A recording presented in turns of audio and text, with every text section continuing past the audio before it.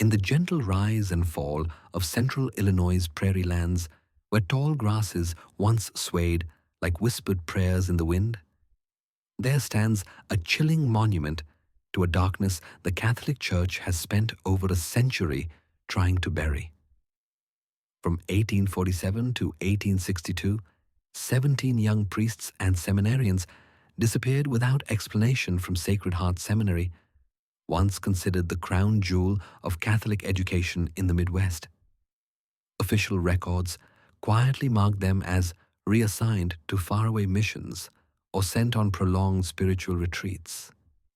But hidden beneath the chapel floorboards, a bundle of forgotten letters has surfaced, telling a far more sinister tale. These fragile correspondences reveal a gruesome legacy of systematic abduction, human trafficking, and cold-blooded murder crimes orchestrated from within the very heart of the institution. Even more disturbing evidence now suggests the three men who oversaw Sacred Heart during its darkest era were not priests at all, but Irish con artists who had murdered the original clergy and stolen their identities. The Vatican, aware of these horrors, sealed all related documents for 150 years. But tonight, we're breaking that silence. This is the story of what really happened in the consecrated halls of Sacred Heart, where boys arrived to serve God and instead were sold into bondage or met a fate far worse. But before we descend further into this forgotten abyss, a word of warning. This channel isn't for the faint of heart. It's for truth seekers, for those who dare to lift the veil on the secrets institutions would rather keep buried. If you're ready to question everything you thought you knew about religious authority, subscribe now and tap the notification bell. Leave a comment telling us where you're watching from. Because stories like this weren't just confined to Illinois. In 19th century America, such atrocities could and did happen anywhere. So now let us journey back to 1847, to a time when a house of worship became a marketplace for stolen lives. But to fully understand the horror that bloomed at Sacred Heart, we must first understand the world that gave it life and the desperation that allowed such evil to grow unchecked. The year 1847 marked a volatile turning point in the history of Catholicism in America. Waves of Irish immigrants fleeing a famine that had already claimed over 1 million lives arrived on American shores in desperate search of hope. They brought with them a deep devotion to their Catholic faith and faced immediate hostility. To Protestant Americans, Catholicism was not just foreign, it was threatening. Entire cities would erupt into riots at the mere whisper of Catholic expansion. In Philadelphia, nativist mobs burned churches and schools, leaving 13 dead and over 50 injured. In Charlestown, Massachusetts, a howling Protestant mob torched the Ursuline convent, forcing terrified nuns to flee through back windows as their sanctuary turned to ash. Priests were tarred and feathered in the streets. Catholic families lived in fear that any Sunday could end in bloodshed. In this climate of suspicion and violence, the Catholic Church recognized a dire need. Priests born and raised on American soil, men who could speak without a foreign accent, who understood the culture, and who could bridge the gap between Irish immigrants and their Protestant neighbors. The Church knew that foreign-born clergy, no matter how pious, would never be fully accepted in a nation ruled by Protestant institutions. Enter Sacred Heart Seminary. Founded in 1845 on 400 acres of untouched prairie, 40 miles southwest of Chicago, it was to be the Church's solution a beacon of hope and assimilation. Here, young American men would be trained under seasoned European theologians, emerging as a new generation of clergy who could move between two worlds, one of old country faith and one of American pragmatism. The seminary itself was a marvel of its age. Designed by famed Irish architect Patrick Keeley, whose Gothic revival churches dotted New England like sacred castles. The main building was a towering three-story brick structure that seemed to rise out of the prairie like a promise of salvation, from the prairie like a cathedral, its soaring stained glass windows stretching nearly 20 feet high, flooding the interior with kaleidoscopic light. Inside, hand-carved pews imported from Bavaria lined the nave with sacred precision, and a towering bell tower rang out daily across the flat Illinois horizon, echoing like a summons from heaven. The cost to build this marvel, a staggering $40,000 more than many entire towns in Illinois were worth at the time. Every cent came from the pockets of wealthy Catholic elites in Chicago, Milwaukee, and St. Louis, who viewed Sacred Heart as their last hope of preserving the faith on American soil. Among the seminary's benefactors were titans of industry and society. Patrick Murphy, who amassed a fortune through shipping on the Great Lakes. Francis O'Brien, proud owner of the largest brewery in Milwaukee. And Margaret Connolly, a sharp-minded widow of a Chicago real estate baron, whose single $8,000 donation eclipsed what most families might earn in a lifetime. Their money helped build more than just a school. It created a fortress of faith. The seminary's library rivaled any in the West. It held over 3,000 volumes, rare theological treatises, ancient Greek and Latin classics, and cutting-edge scientific texts, making it one of the finest repositories of knowledge west of the Mississippi. The building boasted amenities nearly unheard of in rural 1840s. America indoor plumbing, fed by a deep well gas lighting on the main floors, and a sophisticated furnace system that funneled warm air through ductwork to protect the students and faculty from Illinois' harsh winters. At the helm of this ambitious endeavor stood Father Superior Edmund Walsh, who arrived from County Cork in the closing months of 1846 to oversee the academic foundation of the seminary.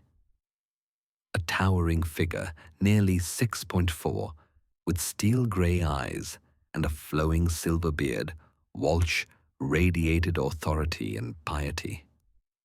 He spoke with the refined cadence of Trinity College, Dublin, and carried letters of glowing endorsement from bishops across Ireland, including a particularly lofty recommendation from the Archbishop of Dublin. Walsh claimed to be a top scholar of Maynooth Seminary, renowned for earning top honors in moral theology and canon law. His supposed credentials sparkled with academic luster, advanced degrees in philosophy, classical languages, and church history. He spoke Latin, Greek, French, and German, with ease quoted St. Augustine and Thomas Aquinas from memory, and demonstrated such command of doctrine that even the most erudite bishops listened in admiration. Flanking Walsh were two men whose reputations were equally sterling, Rector Thomas Murphy and Dean Patrick O'Brien. Murphy, a cerebral man in his early 40s, with prematurely gray hair and wire-rimmed spectacles, claimed doctorates in philosophy and canon law from the illustrious University of Leuven in Belgium. According to his own account, he had once served as secretary to the Bishop of Cork and had authored several theological works that were allegedly praised throughout Europe's Catholic academic circles. Dean Patrick O'Brien, the youngest of the trio, likely in his mid-30s, was no less impressive. He presented himself as an expert in classical languages and ecclesiastical history, educated at the Royal University of Ireland. O'Brien's true gift, however, was oratory. His sermons could move entire congregations to tears. His command of homiletics and rhetorical finesse allowed him to translate dense theology into everyday language that even the unlettered could grasp. He claimed to have once served as chaplain to a number of wealthy Irish families, and his familiarity with aristocratic customs made him a favorite among the American Catholic elite. Together, these three men embodied everything the Church in America longed for: intellectual prestige, deep devotion, cultural refinement. They dazzled skeptics and charmed the faithful. Bishop William Quarter of Chicago, the man with final authority over Sacred Heart, was so impressed that he granted them an unprecedented degree of autonomy in structuring the seminary's operations, curriculum, and governance. In the fall of 1847, Sacred Heart opened its doors to its first class. 12 young men, aged 18 to 25, handpicked from devout Catholic families across the Midwest. These were sons of farmers, merchants, and laborers' families who had scraped together what little they had to send their boys to this shining institution in hopes that they would one day return as priests to serve their communities with honor and divine purpose, greatly to make it possible. They came from all walks of life. Heinrich Müller and Johann Huber, sons of hard-working German immigrants in Milwaukee, whose families had pooled every last cent to give their boys a chance at a spiritual vocation. Patrick Kelly and Sean Marley, sons of well-off Irish families in Chicago, whose parents viewed the priesthood as a noble ladder to social ascent and respectability. Antoine Dubois, a refined young man from a French Catholic family in Detroit, whose ancestors had prospered through generations in the fur trade.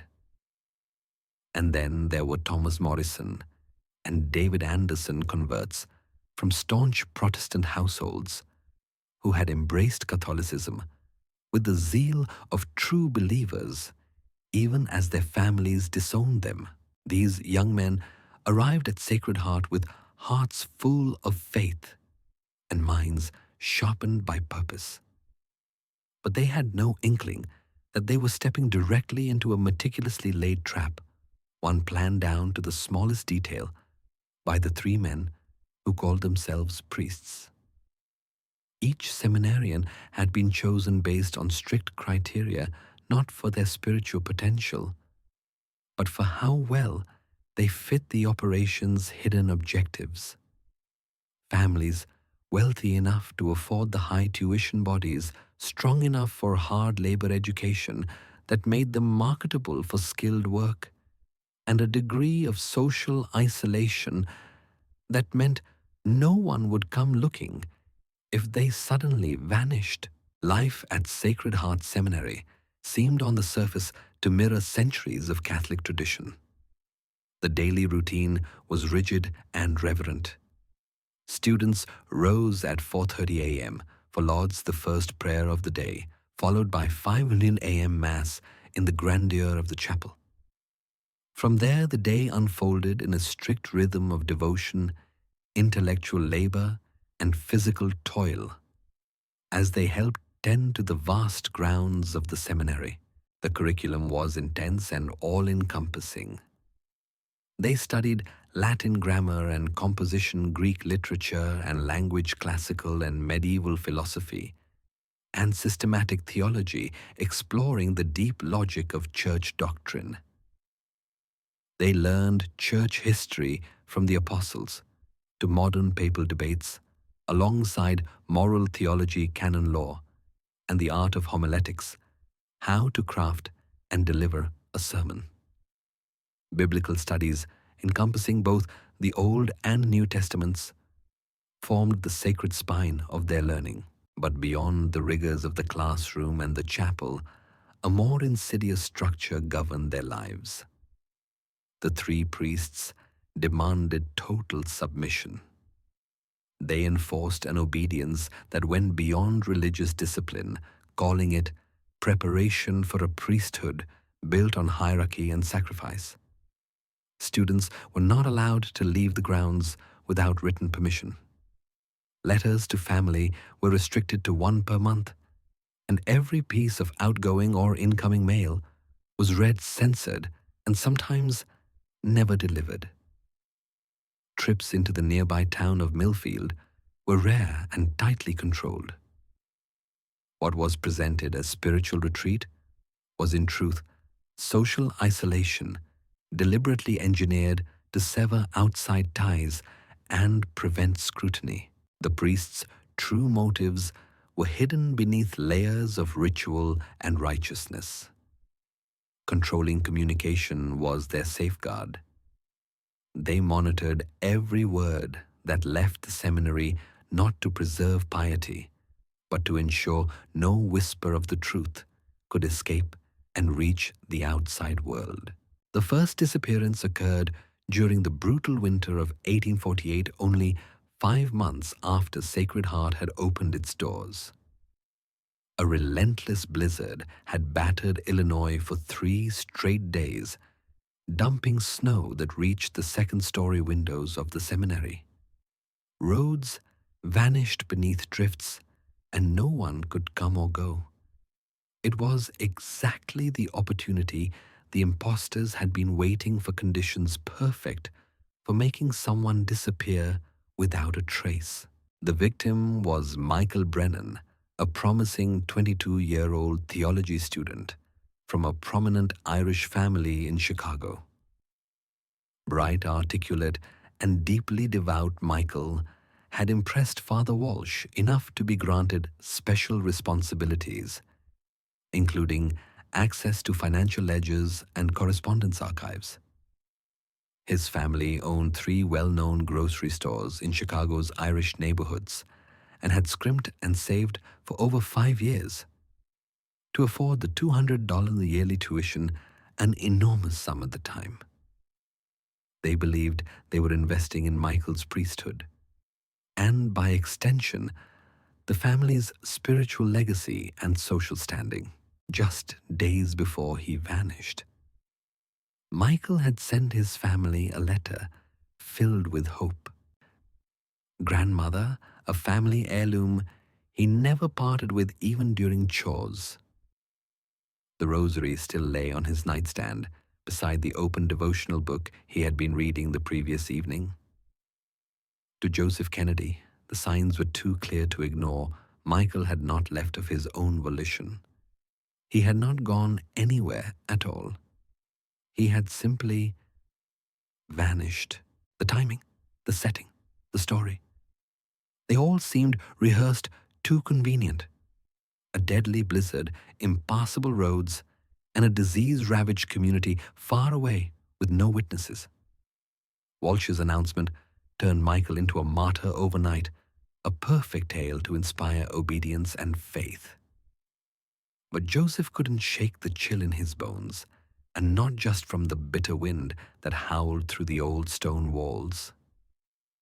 The pieces didn't fit.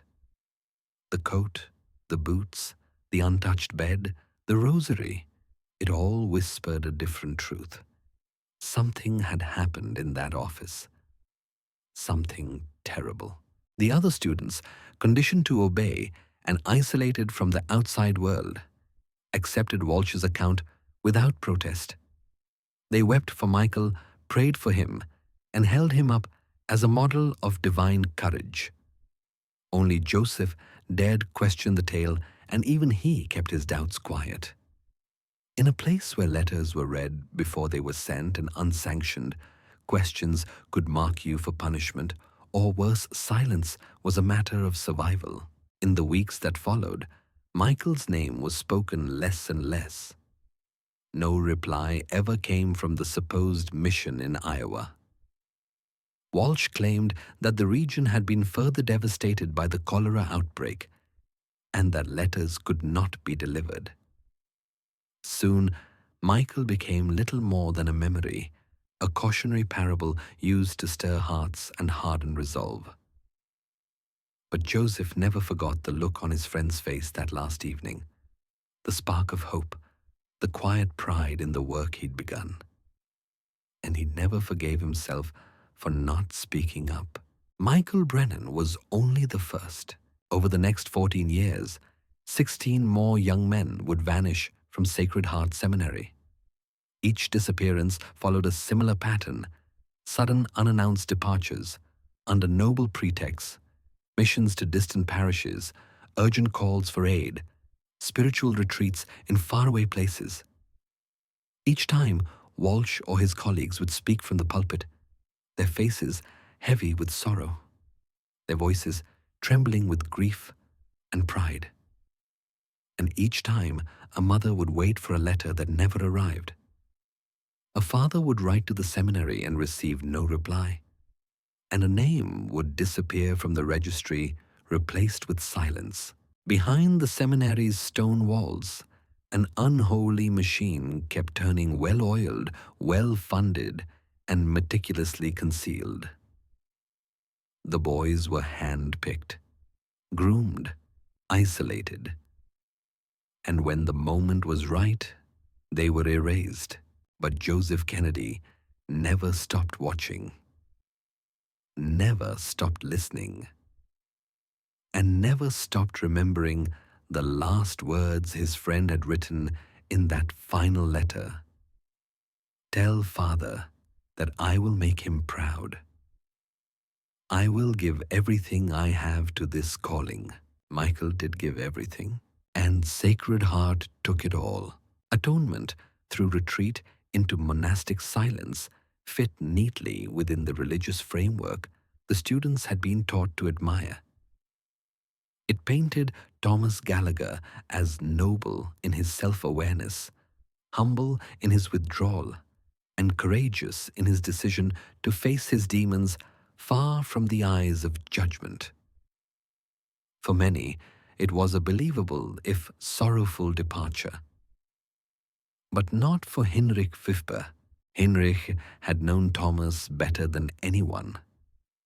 They had prayed side by side, studied scripture late into the night, and shared stories of their family's sacrifices. Hinrich knew how deeply Thomas revered his vocation, and how seriously he took the responsibility of honoring his parents' efforts.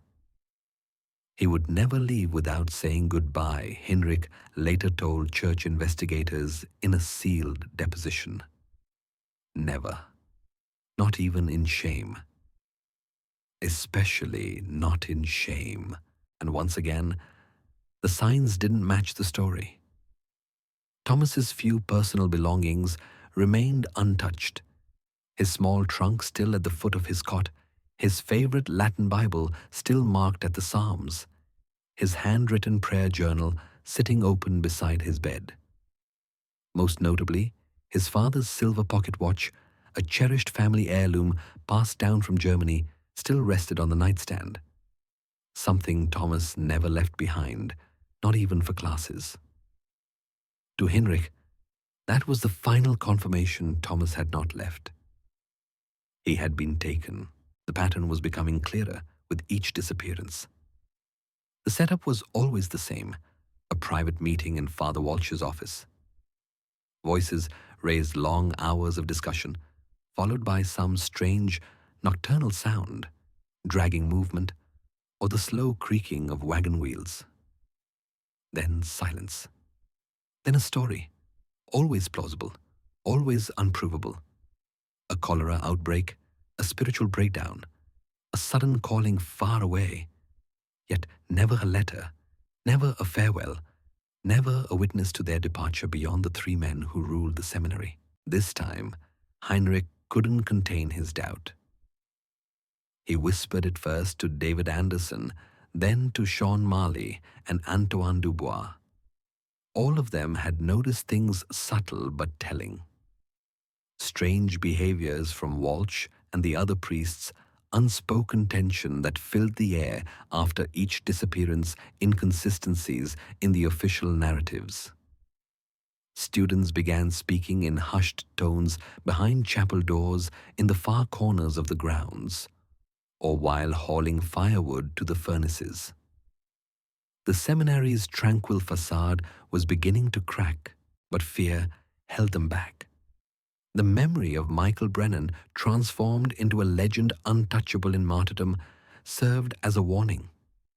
Questioning the narrative wasn't just discouraged, it was dangerous. To challenge Walsh or Murphy or O'Brien was to risk spiritual disgrace, expulsion, or worse. After all, if God called men to missions or sent them into crisis, who were they to question it? Yet still, the questions remained. Why had there been no letters from the monastery where Thomas was said to have joined? Why had no family member come to retrieve his things? Why did the wagon leave in the dead of night and never return? And why, in a place dedicated to truth and faith, did doubt now grow like mold in the corners of their hearts? For the students of Sacred Heart Faith was no longer enough. They had been trained to obey without question, to surrender their doubts to divine mystery. But the air was changing. The halls whispered more than prayers now. They whispered fear. They whispered secrets, and some students, like Heinrich, had begun to listen. Detroit, whose family's wealth had been built in the fur trade, and who had often spoken of one day returning to Michigan as a parish priest to serve the French-speaking Catholic communities along the riverfront. Antoine was known among the seminarians for his gentle humor, refined manners, and musical talent, often playing hymns on the seminary's old piano during evening recreation hours. His disappearance shook even the most devout believers in the priest's explanations. It occurred in early June during a particularly humid stretch of late spring, when the seminary grounds were in full bloom and the oppressive cold of winter had finally retreated. As with the others, the sequence was eerily familiar. Antoine was summoned after evening prayers this time by Rector Thomas Murphy, who met him quietly outside the library and escorted him toward the administrative wing. That night again, several students reported hearing muffled arguments behind closed doors. And again, sometime after midnight, the distinct sound of wagon wheels was heard moving across the gravel behind the seminary, this time accompanied by the soft jingle of harness bells that had been wrapped in cloth, to dampen their sound, a detail that suggested preparation and forethought. The next morning at breakfast, Father Walsh addressed the student body with practiced solemnity. Antoine, he said, had received word that his father had fallen gravely ill, and that he had left immediately for Detroit to tend to his family's affairs. He might return, Walsh added vaguely, but he might also choose to remain with his family indefinitely if his presence was needed. Letters sent to Antoine's family over the following weeks would never receive replies, and when one student asked whether any of Antoine's belongings should be sent home, he was told curtly that the matter was being handled privately. Antoine's departure marked a shift. It was no longer just the devout, the academically gifted, or the wealthy. It was all three. The students who disappeared were invariably those with promising futures, valuable connections, and families capable of paying handsomely. The pattern solidified into something far more sinister than coincidence. Whispers of abduction turned into quiet certainty for some.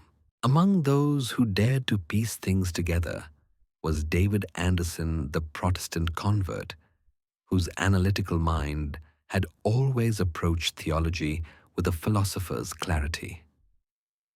David began quietly comparing the priest's stories, noting inconsistencies in the time frames, discrepancies in the supposed letters received from family members, and the implausibility of how these young men could vanish without even retrieving essential possessions. The fact that no families had come to visit or retrieve personal items raised red flags for him, as did the lack of any public mention of these transfers or retreats in official diocesan correspondence. As the disappearances mounted, the emotional toll deepened. Daily life at the seminary became increasingly tense. Students moved in tight circles, trusting only those closest to them. Conversations became cautious brief and often interrupted when a figure in a black cassock passed by. The joy and camaraderie that had once filled the refectory and prayer hall were replaced by silence, broken only by the creaking of wooden pews and the echo of chanting voices that now sounded more like ritualized obedience than genuine devotion. By December of 1848, 8 of the original 12 seminarians were gone. Those who remained were not just frightened, they were trapped, bound by isolation, monitored communication, and the omnipresent fear that asking the wrong question or showing too much curiosity would mark them as the next to be called. It was becoming clear that the sacred walls of Sacred Heart Seminary hid something dark and systematic, something far removed from the grace and salvation the Church promised. And yet outside those walls no one knew, because the snow still fell. The letters were still censored. The carriages still moved at night. And the bells of the chapel still rang every morning, calling fewer and fewer boys to prayer. Lennon, a quiet and unassuming groundskeeper who had been hired shortly after the seminary opened and who rarely spoke to students unless directly addressed. Though Lennon wore plain clothes and claimed to have no formal religious training, he was granted full authority in the priest's absence, an arrangement that puzzled many of the students. Lennon never conducted mass or led prayers, yet he moved through the seminary with an unsettling confidence, holding a ring of iron keys and a heavy cane that he carried more like a weapon than a walking stick. Joseph Kennedy, increasingly consumed by his suspicions, began observing Lennon closely. He noticed that the man spent long hours in the cellar beneath the chapel, where access was strictly restricted and where strange sounds had occasionally been heard. During the nights of previous disappearances, sounds like dragging muffled cries or the clink of chains. One morning, Joseph pretended to be ill and skipped class, using the time to explore the old servant corridors that ran beneath the building. In a narrow, dust-choked tunnel behind the chapel's furnace room, he discovered a locked iron door marked with a strange symbol, an inverted cross entwined with a vine. He would later sketch the symbol in his notebook, but at the time he could only stare at it in dread. That week, Joseph confided in David Anderson, whose analytical mind and Protestant roots had made him both skeptical and brave. Together, the two began piecing together what they now believed was a horrifying truth. The 3 priests were not who they claimed to be, and the disappearances were not accidents, transfers, or spiritual crises. They were a system, an operation, a trade. The students who vanished had all been young, strong, intelligent, and most importantly, worth money. Antoine, with his wilderness skills and language fluency, would fetch a high price in the territories. Michael Brennan and Thomas Gallagher came from wealthy families who might quietly pay to avoid scandal or buy influence if they suspected trouble. Heinrich Wibber had grown too curious. Now he too was gone. And the priests, they were no longer just suspect, they were predators. They had arrived at Sacred Heart with little and now lived like minor nobility. Walsh's vestments shimmered in the candlelight. Murphy dined on imported cheeses and brandy in his study. O'Brien rode his black stallion like a feudal lord, surveying his domain. Their wealth had no logical source except the sale of souls. The whispered suspicions turned to grim resolve. Joseph David and a handful of others began to secretly record details, times of meeting sounds, in the night items left behind. They copied the symbol from the iron door, collected fragments of half-finished letters and belongings, and even tracked the movements of Lennon as best they could. But always they were afraid of being discovered, afraid of becoming the next emergency missionary, the next transfer, the next boy loaded into a wagon in the dark and erased from the world. By spring of 1849, the student body was down to 5. The Vatican still listed Sacred Heart Seminary as thriving. The bishops of Illinois sent no investigators. Letters from families disappeared. No one came. No one asked, because the boys who vanished were already saints in the priests' stories. And the only truth that remained was buried beneath the chapel floor, behind iron doors, under layers of incense and silence. The walls of Sacred Heart still stood tall, brick and mortar unmoved. But inside, holiness had turned to horror. And for Joseph Kennedy, only one question remained. Would he escape to tell the world or join the others beneath the floorboards? Others, James Alley was no passive observer.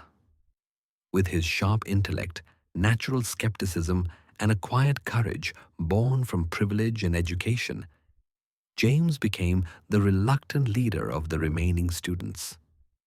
He had spent months watching, listening, writing coded notes, and comparing whispered stories in the flickering candlelight of the dormitory with Joseph Kennedy and David Anderson. The three had formed an unspoken pact. If one of them vanished, the others would find out why. By January of 1850, only 5 students remained. The oppressive silence of the seminary's halls had become unbearable. What once echoed with Latin prayers and youthful laughter now throbbed with dread. Each morning, the 5 survivors glanced nervously at one another across the chapel pews, counting heads, wondering if the night had claimed another. McManus, the strange lay brother, had grown even more erratic. He flinched at every bell toll, dropped dishes in the refectory, and was once seen muttering furiously to himself beside the furnace room, as if arguing with ghosts. James Alley had come to believe that McManus, despite his fearful demeanor, was the weakest link in the chain. He suspected that the old man's conscience, long suppressed, was beginning to rot its way to the surface. So James began to press him. At first, only casual questions. Later, direct ones about the wagons, the secret keys, the underground tunnels. McManus deflected, sweated, wept. But finally, one night in late February, cornered in the library as a blizzard howled outside and the priests were away on one of their business trips, McManus broke. What he revealed was more horrifying than even James had dared imagine. According to McManus, the 3 men who ran Sacred Heart were indeed impostors, con men, and murderers. Yes, but also part of a much larger and older enterprise. They were agents of what he called the Brotherhood of the Veil, a secretive transatlantic organization that operated under the cloak of religious charity but trafficked in human beings, seminarians, orphans, novitiates, anyone who wouldn't be missed quickly and who could fetch a high price in America's booming frontier economy. The Brotherhood supplied bodies for everything from plantation labor in the South to indentured service in mining camps to domestic servitude in isolated mountain estates. Some vanished into wilderness forts. Others were taken to private Catholic institutions where spiritual retreat was simply code for disappearance. And Sacred Heart Seminary was one of the Brotherhood's most valuable collection points. Remote, prestigious, and trusted by the Church, it was the perfect place to make young men disappear. McManus didn't know everything. He claimed he'd been recruited in Ireland, believing he was joining a lay brotherhood of ascetics and educators. By the time he realized the truth, it was too late. He had helped load bodies into wagons. He had forged letters to families. He had burned personal belongings. And he had kept his mouth shut for survival. But now he was old, tired, haunted, and ready to confess. He agreed to help James and the others uncover evidence, real evidence that could be taken beyond the seminary walls. He showed them hidden rooms beneath the chapel, including one with chains bolted into stone floors. He led them through a tunnel beneath the east wing that exited in a ruined shed nearly a mile from the main building, an emergency escape route once used for smuggling goods during the frontier wars. And he gave James a list. A small torn scrap of parchment on which were scrolled 8 names, the students who had transferred since 1847. Each name followed by a cryptic symbol, some marked with a cross, others with what appeared to be monetary values. McManus didn't explain the codes. He only said, "Those with a price lived. The others didn't." James and Joseph copied the list. They planned to flee during the next snowstorm using the old tunnel. David Anderson would stay behind to delay suspicion. But on the night they were to escape, only Joseph arrived at the tunnel. James never appeared. The next morning, Father Walsh announced with heavy heart that James Ali had been called to Montreal, where a sudden cholera outbreak required immediate ministerial attention. He had left, Walsh said, with great reluctance but greater faith. His belongings had already been packed. Joseph Kennedy never believed that lie. He waited 2 more days. Then he ran. And that is how the secret of Sacred Heart began to unravel. Joseph Kennedy reached Chicago in early March, frostbitten, sick, half delirious, but carrying James's list, a copy of the forged letters and sketches of the underground complex. He told his story to a Jesuit scholar named Father Ambrose Leland, who had long suspected corruption within certain ecclesiastical circles. Father Leland brought the matter to the Archbishop of Chicago, who, to his credit, acted swiftly and quietly. By the time an investigative party reached Sacred Heart in April 1850, the seminary was empty. The 3 priests were gone. McManus, too. The chapel was burned. The tunnels had been collapsed with controlled demolition. The files were gone. The ledgers were ash. Only one object was found amid the ruins, a gold pocket watch still ticking buried beneath the charred remains of Father Walsh's study. No bodies were ever found. The Vatican sealed the investigation. The property was sold quietly. A new orphanage was built on the site in 1872, though it never thrived. Local children claimed to hear whispers in Latin coming from the cellar, and Sacred Heart Seminary was erased from official Catholic records by 1884. But Joseph Kennedy never stopped speaking. He lived to old age, became a respected historian, and wrote an anonymous memoir, The 13th Bell, smuggled into limited publication in 1891. The book was dismissed as fiction, but in 2023, a restoration team clearing the basement of an abandoned church in central Illinois found a bundle of documents hidden behind a false wall, a map, a list of names, a rosary, and a page written in trembling script. We were 12. I remain. God forgive them. God remember us. The last 3 arrivals were of excellent stock. One with Latin and Greek, one with musical aptitude, and one suitable for winter work. All passed inspection. Shipment to the Dubuque client must be delayed due to road conditions, but expect full delivery before first thaw. Price has been adjusted per quality.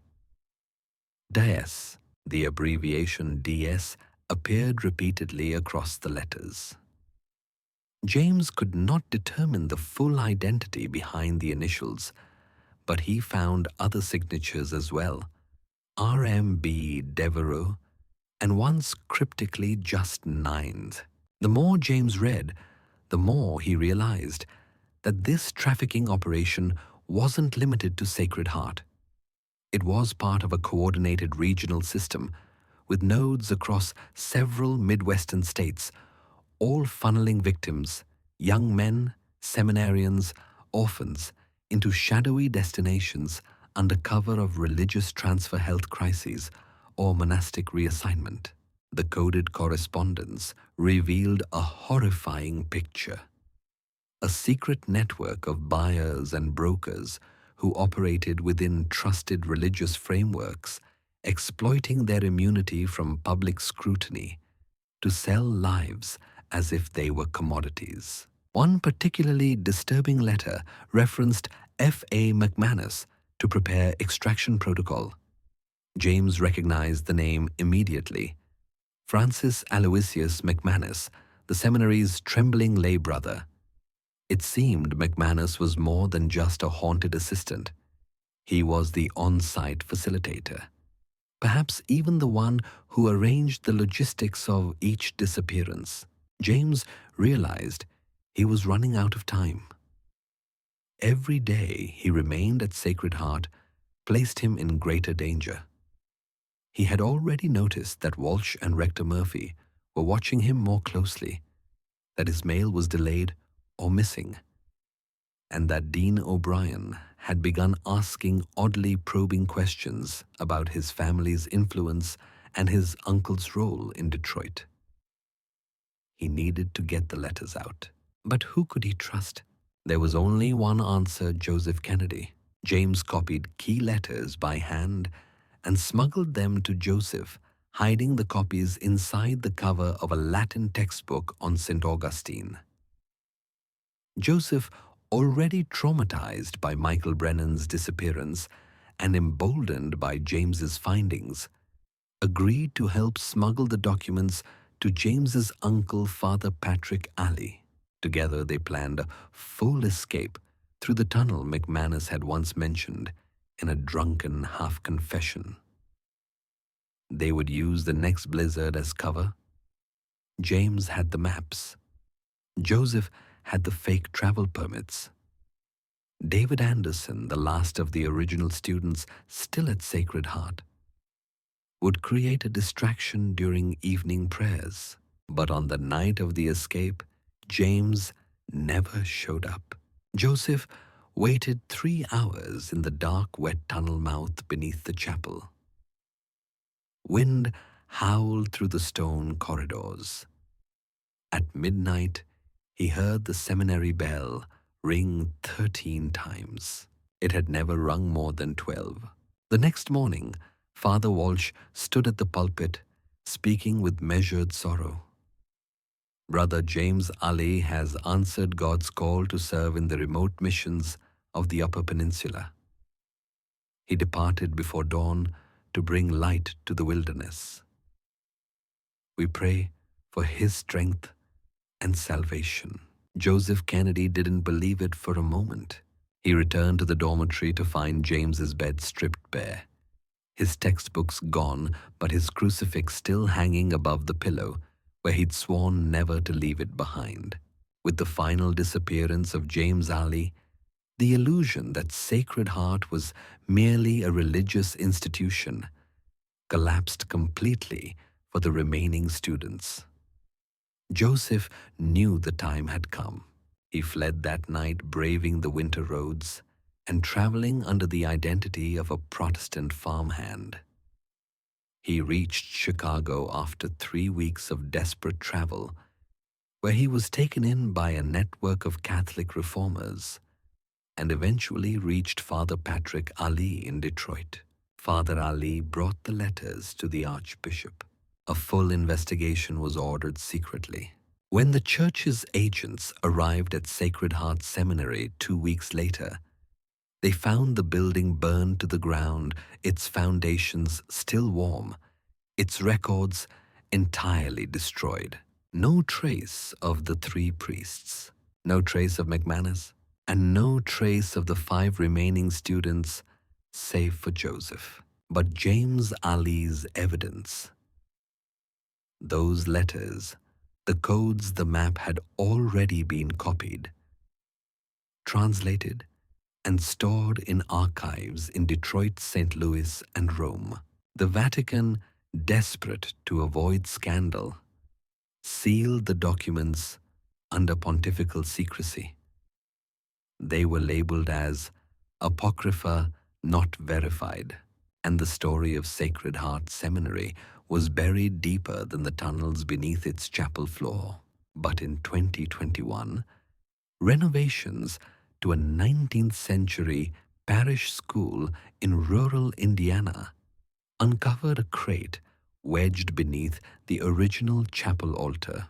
Inside were 3 silver rosaries, a ledger wrapped in oilskin with a familiar name, Ali J., and a pocket watch engraved, "To Brother James, for the light you carry." Its hands had stopped at exactly 8:13. It was in the oldest part of the seminary, the unused catacombs beneath the original chapel foundation, that James Ali, guided only by candlelight and the rustling whisper of suspicion, made his final and most horrifying discovery. The entrance had been hidden beneath the altar itself, long since abandoned and sealed off after a supposed structural collapse decades earlier. But James, following a trail of architectural blueprints he'd pieced together from forgotten filing cabinets and dust-choked ledgers, found the lever disguised as a decorative molding. The stone creaked open. Behind it lay a narrow staircase, spiraling downward, each step slick with moisture and age. The walls were etched with strange markings, some religious, some cryptic, all unnerving. The air was thick with the scent of damp earth iron and decay. James descended. What he found was not a chapel, nor a wine cellar, nor a crypt. It was a chamber of confinement. 7 small rooms lined the corridor, each barred with wrought iron gates, each containing signs of recent use, scattered hay iron manacles bolted to the walls, buckets half filled with brackish water. On one wall, words had been carved with something sharp, "Amen, O Mors." So be it, O death. In one of the rooms was a faded vestment, a white clerical robe stained with what James instinctively knew was blood. In another, a rosary identical to the one Thomas Gallagher had always carried. In the 3rd cell, James found a strip of paper with Latin scrawled in a trembling hand. Non sunt angeli, sunt mercatores. They are not angels, they are merchants. James understood. This was where the unsellables went. Those who resisted. Those whose families asked too many questions. Those who fought back or cried too loudly. They weren't transferred to monasteries. They weren't sent on missions. They had been kept broken and disposed of when they no longer served a purpose. James barely made it out alive. By the time he surfaced into the night air, heart-pounding, face pale with rage and horror, McManus was waiting. But the old man didn't raise an alarm. He simply looked at James and whispered, "I tried to leave once too." The names in the permanent disposal ledger, a wave of nausea gripped him. There, neatly inked in Father Murphy's steady hand, was the name Thomas Gallagher, marked with the cold notation, "Too loyal to roommate. Risk of exposure. Eliminated. March 31st. Beside that, Michael Brennan. Accessed financial records. Interrogated non-compliant. Removed February 14th. Each name was accompanied by a summary of their threat level method of disposal and a cryptic entry labeled burial quadrant, followed by compass coordinates. These were not impulsive acts of violence. They were methodical executions masked by holy vestments and incense. James had stumbled into the heart of a holy charade, one that transformed a place of prayer into a marketplace for human souls. And still, the records went deeper. One section detailed buyers, coded names and aliases matched with business types. Harvester Lumber Mill, Minnesota. Pilgrim Iron Coal Mine, Indiana. Brother Simon Private Estate, Iowa, requiring obedient domestic help of refined background. In horrifying clarity, the documents revealed orders filled like merchandise requests. One subject, age 17-19, Irish preferred, literate, capable of managing household ledgers, must be submissive.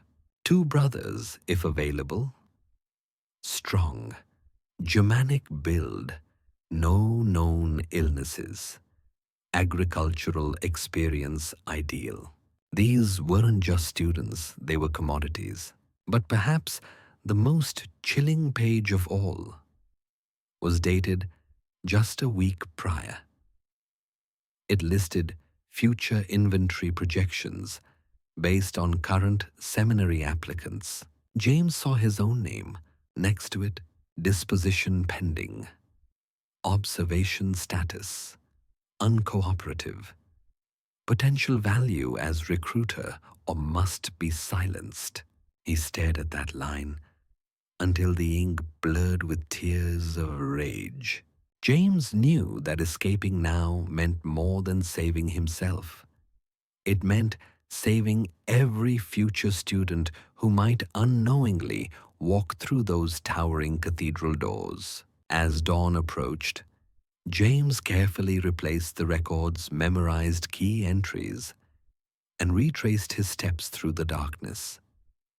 Back in his dormitory, before the morning bell rang, he lay awake not with fear, but with purpose. The next day, he wrote a letter not to his parents, but to his uncle Father Patrick Ali, using a cipher the two had once used during James's classical training. The letter was smuggled out through a sympathetic cook's assistant who walked to Millfield each week for supplies. James gave her the envelope, pressed a coin into her hand, and said simply, "This must reach Detroit. Not tomorrow. Now." What happened next would shake the foundations of the American Catholic Church. In the next episode, we reveal the downfall of Sacred Heart, the midnight raid by federal marshals, and the chilling final confrontation between James and the man who once called himself Father Walsh. So if you're not already subscribed to Sleepy History Tales, now is the time. Because history doesn't always sleep peacefully. Sometimes it screams beneath the floorboards. Hit that bell, like, subscribe, and prepare for the truth behind the Seminary of Shadows Part 2. Coming next week. Received word through an informant in St. Louis that Montini had already uncovered irregularities at 2 seminaries in Missouri and was traveling northeast. The Sacred Heart operation they feared could be his next stop. Walsh insisted they prepare a sanitized version of the seminary records and fabricate plausible academic portfolios for the remaining students. Murphy argued they should suspend operations temporarily and move sensitive documents to an off-site location. But Walsh, increasingly arrogant and perhaps sensing the operation was already unraveling, insisted they continue as planned, dismissing Montini as another papal watchdog who barks but doesn't bite. James knew this was his moment.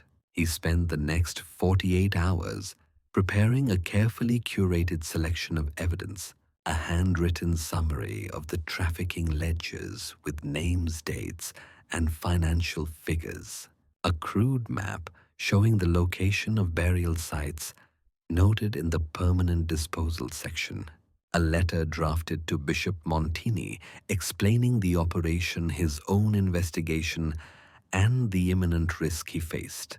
Then, using the pretext of visiting the infirmary for a persistent cough, James slipped the packet into the medical supply shipment that was scheduled to be delivered to the diocesan hospital in Chicago, a hospital that Montini was expected to inspect before the end of the month.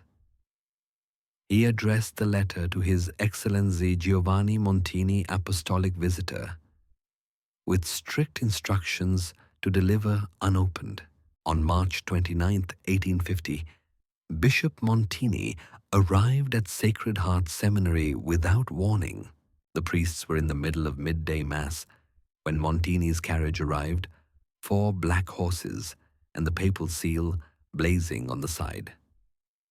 Accompanying him were 2 papal notaries, a diocesan magistrate from Milwaukee, and 4 armed constables deputized for ecclesiastical protection. Montini entered the chapel in silence, walked directly to the pulpit, and announced, by order of His Holiness, Pope Pius XIII, this seminary is hereby placed under immediate apostolic investigation. All instruction, sacramental activity, and administrative function shall cease. No person shall enter or leave this ground without express permission of the Holy Office. Walsh, Murphy, and O'Brien turned pale. In the hours that followed, every room, closet, and outbuilding was searched. Montini, methodical and cold-eyed, matched details from James's letter with physical evidence found throughout the compound. The ledger chamber was discovered complete with files James had described. The coded letters, the forged correspondence to parents. Even the gold watch Walsh wore was found to be engraved with initials of a murdered victim's father, a gift that had been taken as trophy or payment. Most damning of all, Montini led a team escorted by James and 2 constables to the burial site marked Quadrant 4. There, beneath a false floor, in a decaying shed, they found human remains. Forensic methods were primitive by today's standards. But Montini didn't need DNA. rosaries, pocket journals, family lockets, a boot with Heinrich Fipper stitched inside. By dawn, the three false priests were shackled in the chapel under armed guard. Francis McManus, sobbing and shaking, confessed to everything and begged Montini for absolution. James Ali, though exhausted and haunted, stood before the crucifix and whispered, "They know now. God help the next generation of boys." Coming in the final chapter, what happened at the Vatican after Montini's report reached Rome? The explosive headlines in the Chicago Tribune and New York Catholic Herald, the secret archives of the Holy Office, and the mystery of why Sacred Heart Seminary was quietly demolished in 1852, and why, to this day, locals in Millfield say the earth still won't grow flowers over the old seminary grounds. Independently verified names of victims whose families had not heard from them in months. Descriptions of personal items that had reappeared outside the seminary grounds, and the precise location of the concealed basement archive containing ledgers, coded correspondence, and transaction maps. He even described the mechanism by which the floorboards in the library could be opened, the layout of the underground chambers, and the schedule of suspicious Saturday night devotional lockdowns. Bishop Montini listened in silence, his expression growing darker as each new piece of evidence was revealed. When James finished, Montini placed a hand on his shoulder and said quietly in Latin, "You have done your church and your God a great service, but we must move swiftly." Montini returned to Chicago that very night and sent a secure communication to the papal nunciature in Washington, D.C., requesting immediate ecclesiastical and civil support. He also reached out to Bishop Quarter, who helped secure cooperation from the Illinois State Constabulary. A warrant for inspection and arrest was prepared in secret. Within 2 weeks, everything was ready. The fall of Sacred Heart Seminary, March 29, 1850. Just before dawn, 6 unmarked carriages approached Sacred Heart Seminary from 3 different directions. Inside were Bishop Montini, 4 Vatican officials, a U.S. Marshal state officers, and a team of Jesuit investigators, fluent in Latin canon law and criminal procedure. They carried with them signed arrest warrants for Reverends Walsh, Murphy, and O'Brien, charged not only with fraud and identity theft, but with human trafficking, conspiracy to commit murder, and crimes against the Holy See. James, now under Montini's protection, led the first investigative team into the seminary's underground levels. There, the team discovered the hidden ledger room exactly as he described.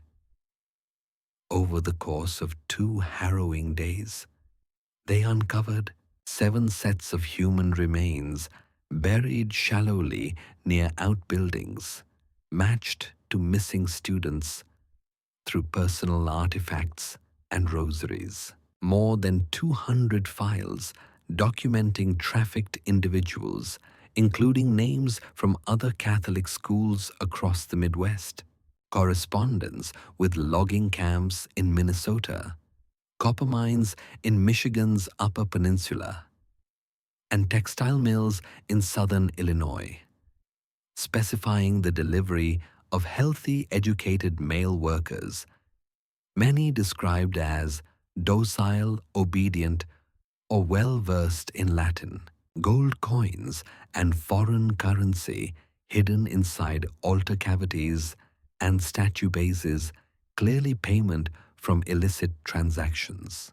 Walsh attempted to flee and was captured in the rectory with a satchel containing forged passports and a vial of poison.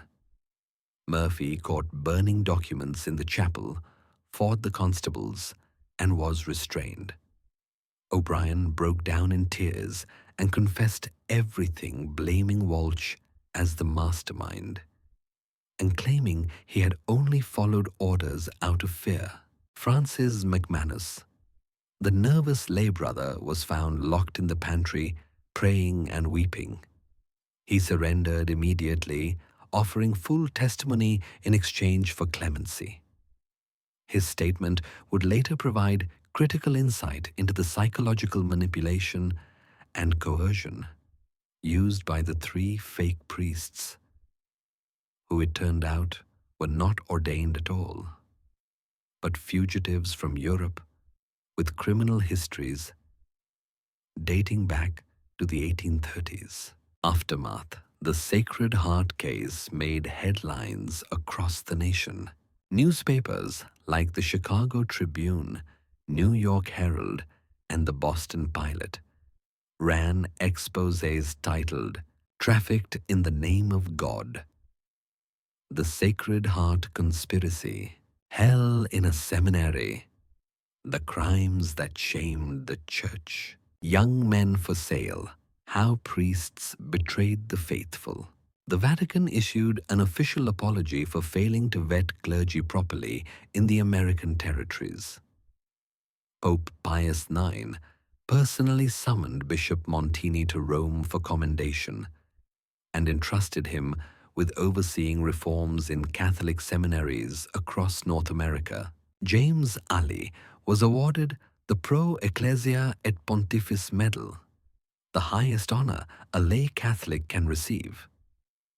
He later entered law and became one of the Midwest's foremost advocates for human rights, founding a watchdog organization that would help reform dozens of corrupt institutions. The Sacred Heart Seminary buildings were demolished in 1852 and the land was left fallow. Locals in Millfield say nothing ever grew again where the chapel once stood.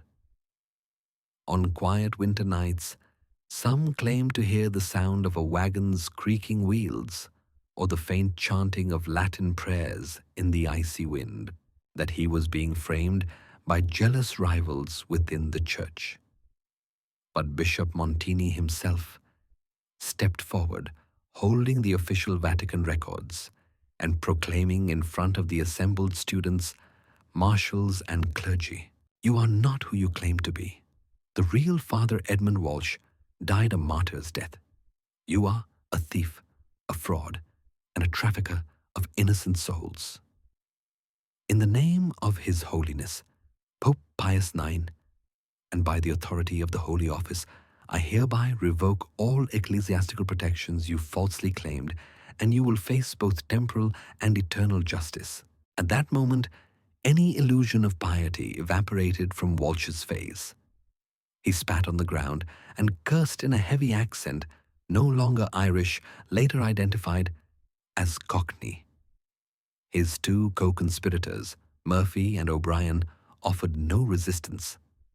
Murphy was found attempting to destroy documents in the library's hearth, and O'Brien had barricaded himself in the rectory, drunk and sobbing. Both were dragged into custody by U.S. Marshals without further incident. Francis McManus, the silent lay brother, emerged from the cellar where he had locked himself in the wine storage. Upon seeing the Vatican insignia on Bishop Montini's robes, he dropped to his knees and begged for forgiveness. His confession, obtained in writing under Montini's supervision, provided chilling insight into the trafficking ring. The fake priests had been part of a larger criminal network based in Liverpool, originally smugglers who pivoted to human cargo when profits from shipping dwindled.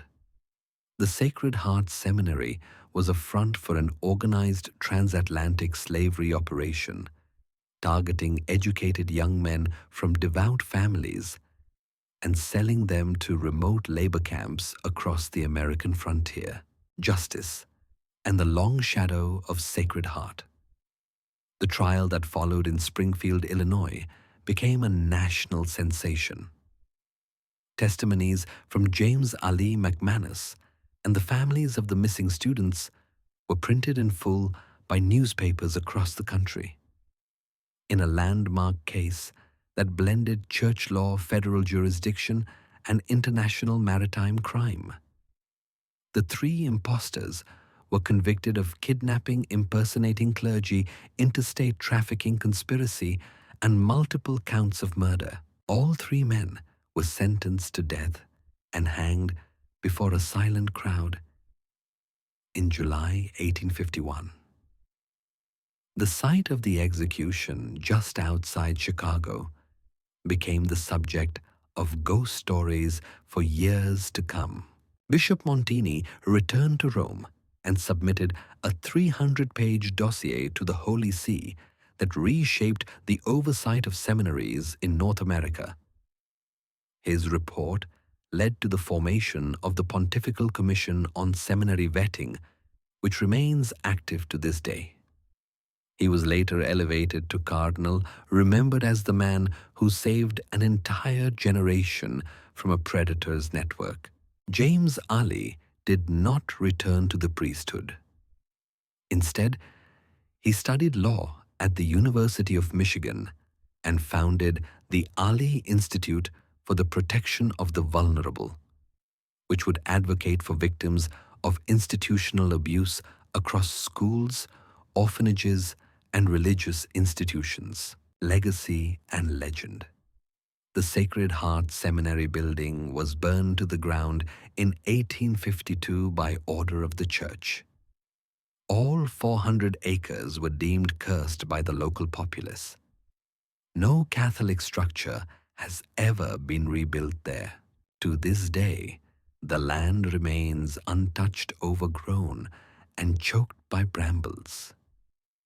Farmers won't till the soil, hikers avoid it, and local children tell tales of spectral chanting and flickering lanterns seen in the fog. Some say that every February of 15th, the night James Ali first entered the basement, archives the wind carries with it the sounds of wagon wheels and whispered prayers of the forgotten. Than most legal dioceses could raise in a decade. That money had flowed through forged documents, fictitious donations, and off-the-books ledgers meticulously managed by Liam Doherty, the financial mind of the operation. Many of the buyers claimed ignorance, insisting they had believed they were sponsoring indentured seminarians or religious apprentices under church blessing. But Montini's task force uncovered evidence receipts, letters, and coded invoices proving that these transactions were in fact part of an orchestrated trade in human lives, ecclesiastical reckoning, and global scandal. What followed was one of the most significant church-led criminal proceedings of the 19th century. Bishop Montini, with full authority from the Vatican, convened a special apostolic tribunal composed of canon lawyers, theologians, and bishops from the United States and Europe. While secular authorities handled the criminal trials of the impostors, the tribunal addressed the grave ecclesiastical breaches, desecration of priestly vestments, false administration of sacraments, heresy through impersonation, and the defilement of consecrated grounds. The tribunal's conclusions were brutal. Seamus McKenna, aka Edmund Walsh, was posthumously excommunicated in full, the harshest spiritual condemnation available. Though already hanged by U.S. authorities, his body was denied burial in any Catholic cemetery. His name was stricken from every registry of priestly service. Liam Doherty, aka Thomas Murphy, and Fergus Lynch, aka Patrick O'Brien, received similar ecclesiastical condemnations. Their criminal executions followed swiftly after conviction in federal court. Francis McManus, though deeply involved, was granted limited clemency. It was determined that he had acted under coercion and had provided key confessions. He was sentenced to lifelong penance and silence within a secluded monastery in Quebec, never again allowed contact with the outside world. Aftermath. A church transformed. The scandal ignited global outrage. Protestant newspapers used it to condemn Romish corruption, while Catholic papers issued front-page apologies to the victims' families. Pope Pius IX ordered a complete reformation of seminary oversight throughout North America, including creation of the Congregation for the Vetting of Missionary Clergy, which would oversee all foreign clergy assignments, mandatory background checks, and identity verification before priestly appointment in the colonies. Annual inspections by appointed apostolic visitors, a role modeled after Bishop Montini's crusade for truth. More than 20 seminaries across the US and Canada were audited over the following 5 years. Some were shuttered permanently. Others were reformed entirely under new leadership. The Sacred Heart Seminary grounds were officially deconsecrated in 1852 and purchased by the church to ensure no private individual would ever exploit the land again. A granite memorial was erected in 1871 by the families of the victims. Here lie the sons of faith betrayed. They came to serve God and met the hands of devils. May the ground they sanctified in death be forever watched by the angels. They never ceased to trust. Legacy of James Ali. James Ali, once an idealistic seminarian, became one of the most influential reformers in American Catholic history. With the blessing of Bishop Montini and financial support from Catholic and secular philanthropists alike, he founded the Ali Center for Ecclesiastical Accountability, which operated independent reviews of seminaries and religious institutions across the U.S. His 1855 book, A False Scholar. The True Story of Sacred Heart Seminary became a national bestseller and is still taught in theology and ethics classes today. James married, had 6 children, and served as an advocate for victims of spiritual abuse until his death in 1892. A seminary of shadows, remembering the forgotten. To this day, the Sacred Heart Seminary remains one of the most harrowing examples of institutional evil hiding behind piety. Every year, on the anniversary of the March 20th raid, descendants of the victims gather at the memorial site. No mass is said, no liturgy performed, only silence. And in that silence, echoes remain not of hymns, but of the stolen voices of young men who had once dreamed of wearing robes of truth, only to be bound by chains of greed. Exposed the conspiracy and saved countless future victims, was widely hailed as a hero. Following the trial, he was offered honorary positions within both the church and civic organizations, but he declined most of them, choosing instead to dedicate his life to advocacy, education, and institutional reform. With the support of Bishop Montini and several other reform-minded clergy, James established the St. Michael's Institute for Seminary Ethics and Oversight in 1853, an independent body committed to investigating complaints within religious institutions and educating clergy on transparency, moral leadership, and abuse prevention.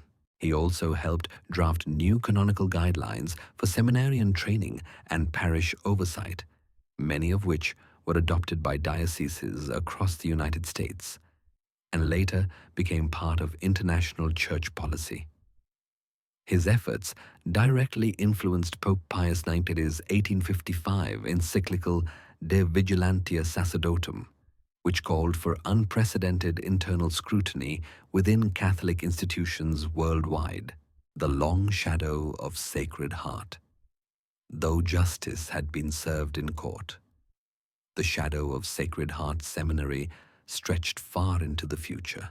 Many American Catholics faced growing anti-Catholic backlash in the years following the scandal.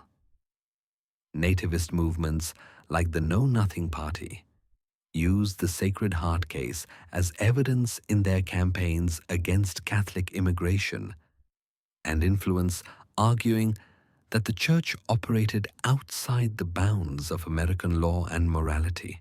Vocations to the priesthood dropped sharply in several Midwest dioceses as trust in church-run seminaries plummeted.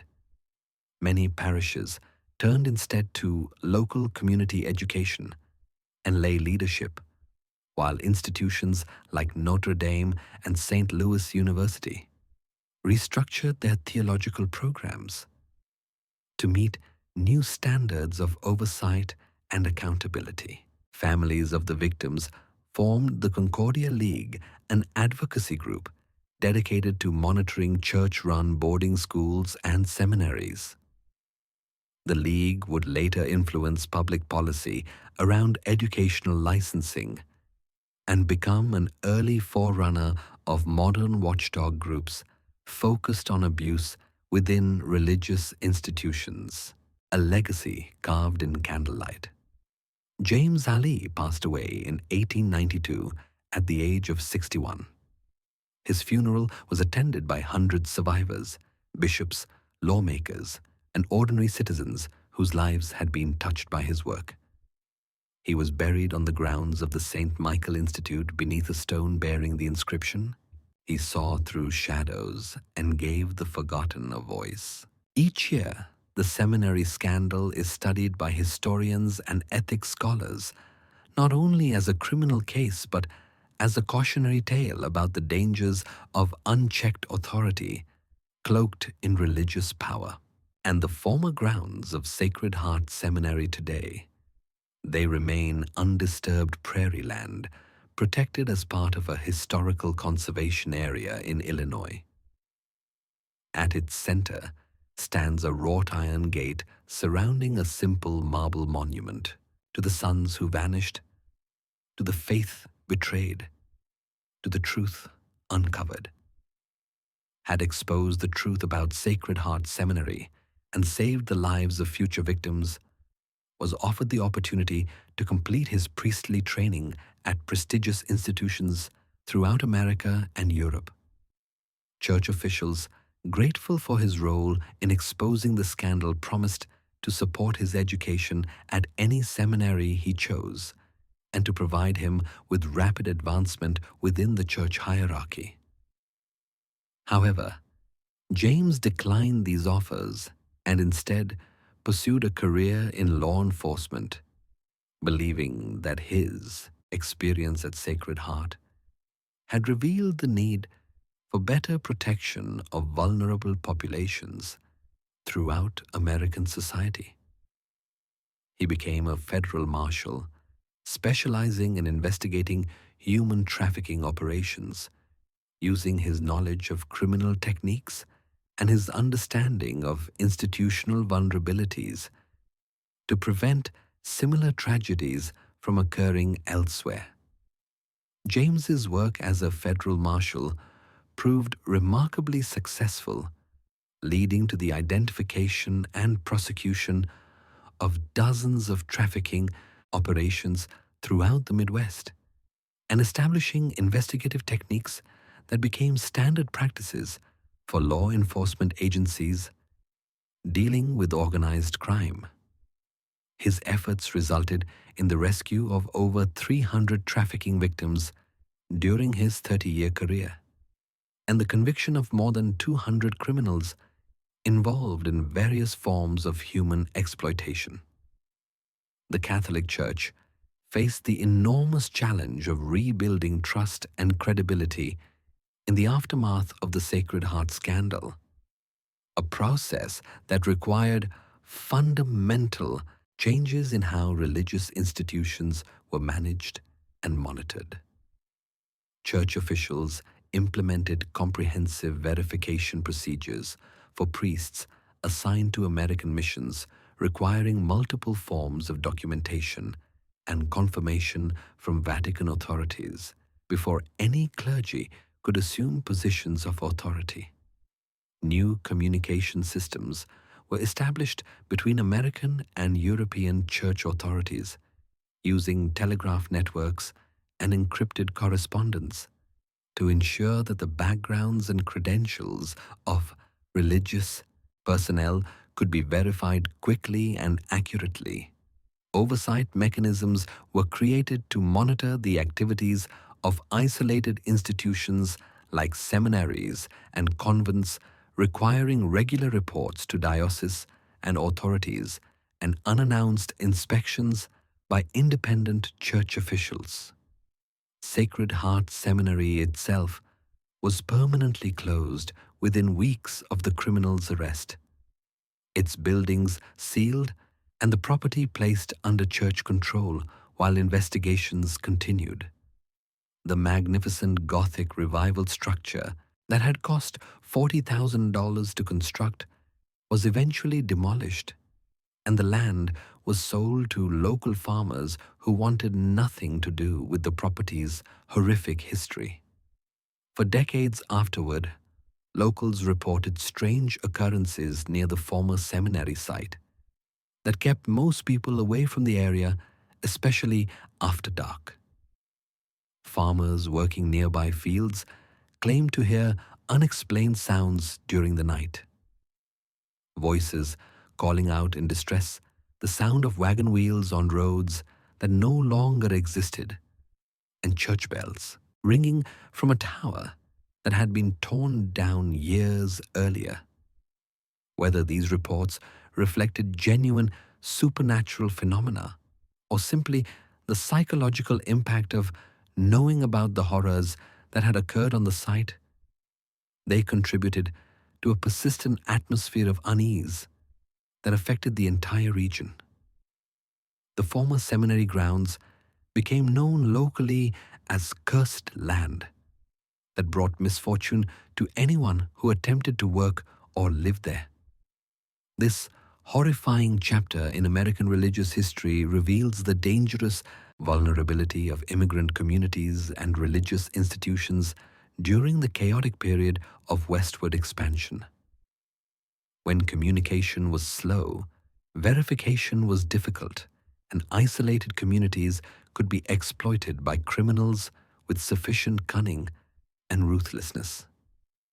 The Sacred Heart Seminary case stands as a stark reminder that evil can flourish anywhere when good people fail to ask difficult questions or challenge authority figures who demand blind obedience. The story also demonstrates the crucial importance of institutional oversight and transparency in preventing the abuse of vulnerable populations. The criminal's success depended entirely on their ability to operate in isolation, without external scrutiny or independent verification of their activities. Once Bishop Montini applied proper investigative techniques and Vatican resources to examine their claims, their deception was exposed within days. Perhaps most importantly, the Sacred Heart Seminary case shows how individual courage and persistence can triumph over institutional evil, even when the odds seem overwhelming. James O'Malley's decision to investigate suspicious circumstances and his determination to expose the truth, despite personal danger, saved the lives of future victims and brought justice for those who had already suffered. The techniques used by the criminals exploiting religious authority, isolating victims from outside contact, creating plausible explanations for disappearances, and using financial incentives to maintain complicity remain relevant today as warning signs of potential trafficking operations. The case provides a historical precedent for understanding how organized criminals can infiltrate and exploit trusted institutions for profit. What makes this story particularly chilling is its complete basis in historically plausible events and human psychology. Every aspect of the Sacred Heart Seminary operation, from the anti-Catholic sentiment that made oversight difficult to the economic incentives that made trafficking profitable, reflects genuine conditions in 1840s America. The criminals' techniques were sophisticated but entirely realistic, using methods that could be replicated by modern traffickers with access to similar opportunities and resources. This mystery shows us that sometimes the most terrifying monsters are not supernatural beings, but ordinary people who choose to commit extraordinary evil for profit and power. The horror at Sacred Heart Seminary emerged not from ghostly apparitions or demonic possession, but from human greed, violence, and the willingness to treat other people as commodities, to be bought and sold. What do you think about this chilling tale of deception, trafficking, and murder hidden within a place meant to serve God? Does it make you wonder what other dark secrets might be buried beneath the official histories of religious institutions throughout America? Do you believe that proper oversight and investigation can prevent such horrors from happening again? Or are there aspects of human nature that make such evil inevitable when opportunity presents itself? Leave your thoughts in the comments below. And if you found this story as haunting and disturbing, as we did, make sure to subscribe and hit the notification bell so you never miss our investigations into the darkest corners of American history. Share this video with anyone who appreciates true crime stories that reveal the complex realities behind simple explanations and the courage required to expose institutional evil. Until next time, remember that vigilance and the willingness to ask difficult questions remain our best defenses against those who would exploit trust and authority for their own dark purposes.